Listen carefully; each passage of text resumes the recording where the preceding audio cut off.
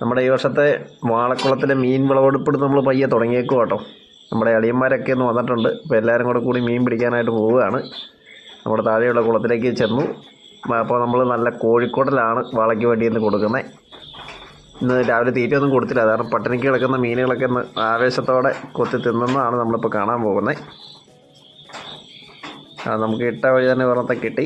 നമ്മുടെ ഈ കുളത്തിൽ വാളയാണുള്ളത്. അത്ര വലിപ്പമായിട്ടില്ല, എന്നാലും ഒരു 300 മുതൽ 500-600 ഗ്രാം വരെ തൂക്കമുള്ളതൊക്കെ ഉണ്ട് അതിനകത്ത്.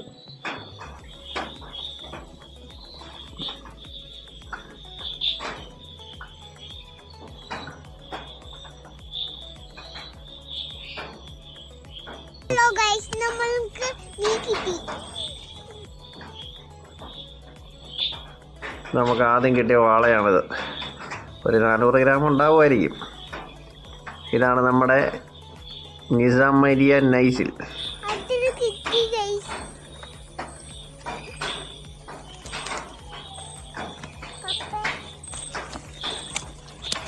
അപ്പോൾ ഈസക്കൊച്ച് ചൂണ്ടയിട്ട് കിട്ടിയതാണത്.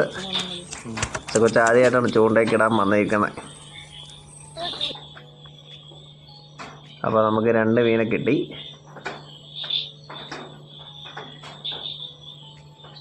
വലയുടെ ഇടയ്ക്കൂടെ ആകുമ്പോൾ അല്പം ബുദ്ധിമുട്ടാണ് മീൻ പിടിക്കാനായിട്ട്. ഇലകളൊക്കെ ചടാൻ നമ്മൾ മുകളിൽ വല ഇട്ടിരിക്കുന്നതാണ്. അതിനിടയ്ക്കുള്ളൊരു ചെറിയ തുളയക്കൂടെയാണ് നമ്മൾ മീൻ പിടിക്കണത്. ഇന്നുവരെ അങ്ങനെ ചൂണ്ടയിൽ ഇടാത്താണ് അവർക്ക് കെണി പിടികിട്ടിയിട്ടില്ല. അതുകൊണ്ടാണ് അവർ ചാടി ചാടി പിടിക്കണത്.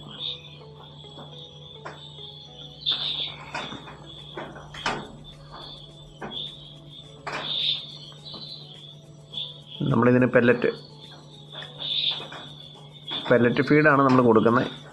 പ്ലോട്ട് മേളിൽ പൊങ്ങിക്കിടക്കുന്ന തരത്തിലുള്ള പെല്ലറ്റ് ഫീഡാണ് കൊടുക്കുന്നത്. വേറെ വേസ്റ്റൊന്നും നമ്മൾ കൊടുക്കുന്നില്ല. അതുകൊണ്ട് മീൻ നല്ല ടേസ്റ്റുള്ള മീനുകളാണ്. വേസ്റ്റ് കൊടുത്തു കഴിഞ്ഞാൽ പെട്ടെന്ന് കുളം വൃത്തികേടായി പോകും. അതുകൊണ്ട് നമ്മൾ മറ്റ് വേസ്റ്റുകളൊന്നും കൊടുക്കാറില്ല. ഈ പ്ലോട്ട് ഫീഡ് മാത്രമേ നമ്മൾ കൊടുക്കാറുള്ളൂ. അപ്പോൾ നമ്മുടെ അളിയൻ എക്സ്പേർട്ടാണ് മീനെ പിടിക്കാനായിട്ട്. കണ്ടോ, ഇത് മൂത്ത അളിയനാണ്. എൻ്റെ വൈഫിൻ്റെ അനിയത്തിനെ കെട്ടിരിക്കുന്ന അളിയനാണ്. നൈസിലാണ്.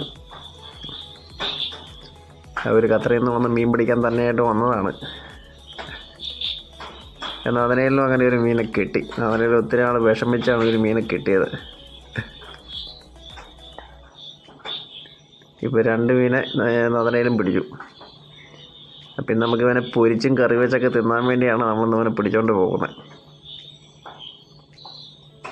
നമ്മുടെ മേളിലൊരു കുളത്തിലും വാള തന്നെയുണ്ട്.